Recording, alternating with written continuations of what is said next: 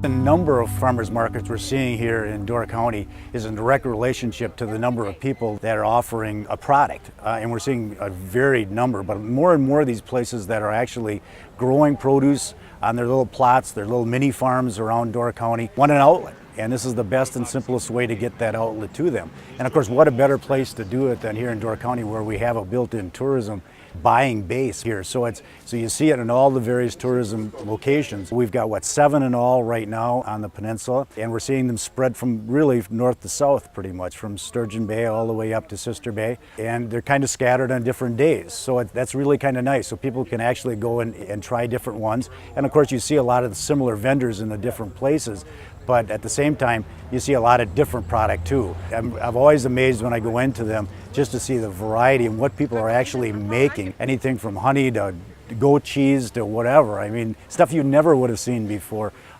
in farmers markets. Not that farmers markets are anything new on the peninsula. They've been around for a long time, but I think it's just the diversity that we're seeing now that's so exciting, and is really drawing more and more people to them. It's really neat to see the color and variety of vegetable that we get. My wife is a member of a CSA now, so we get produce delivered to us on a regular basis. So it's given me a new understanding a little bit of all the variety of produce that we had. I used to just think it was pretty much just romaine lettuce and that was it. But there are just so many different kinds of vegetables out there to basically enjoy. That's part of it, is just the learning element of going to some of these and finding out exactly what it is that they have. People are just so knowledgeable of what they're growing and the benefits that you get from them. And again, you get into other things too. More and more of these farm markets are getting into actual serving food, which, to be honest with you, is really one of my favorites. I mean, if I go to a farmer's market and don't come away with a cherry brat or something else in the process, it's kind of disappointing, because there are so many good food products that are actually being served hot and ready for you to eat, which is probably the best part for me, because I just love eating, so it really fits well. But the variety now is really what is part of the appeal of going to the farmer's market. And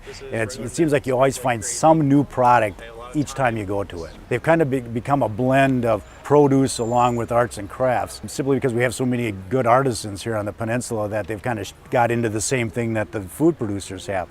I think when it comes to the variety of the farm market, that's really one of the real appeals to it. I guess if I drew a comparison, it'd be a little bit like the community concert series that we have here. Each one has its own unique setting, each has its own little unique thing that it has to offer.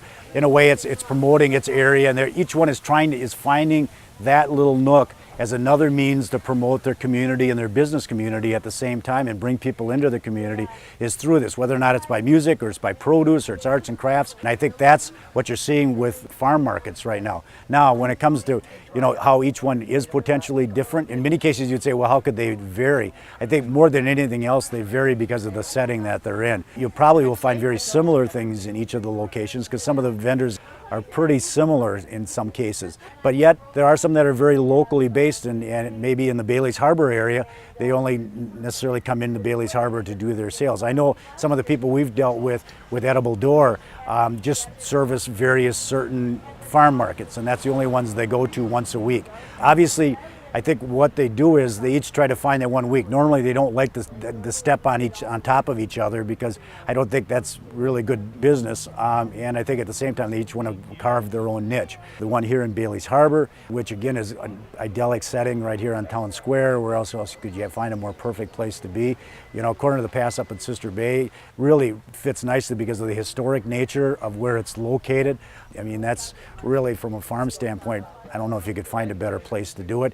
Each one is unique in its own way, and I think that's the neat part about it. So if you aren't just going to buy produce, which obviously most people are, the neat thing about farm markets is that they're as appealing to tourists as they are to the locals. I'm saying more and more and more locals start to use farm markets. I think for the longest times people would say, well, I'll just go to the grocery store and get it, and that's fine and good. But now you're seeing more and more people locally make that trek to the farm market. The best idea would be to go out and visit all of them. They're just such a variety out there, and I think they'll find each one unique in its own way. And more than just the opportunity to go out and buy produce and fill your needs as far as the purchase, it's just the experience of being out in a community, a setting. You meet new people each time. The people that are providing the products are all very amiable people. They're all fun to talk to, and each have their own stories. So I think you'll find it to be a very fun and unique experience.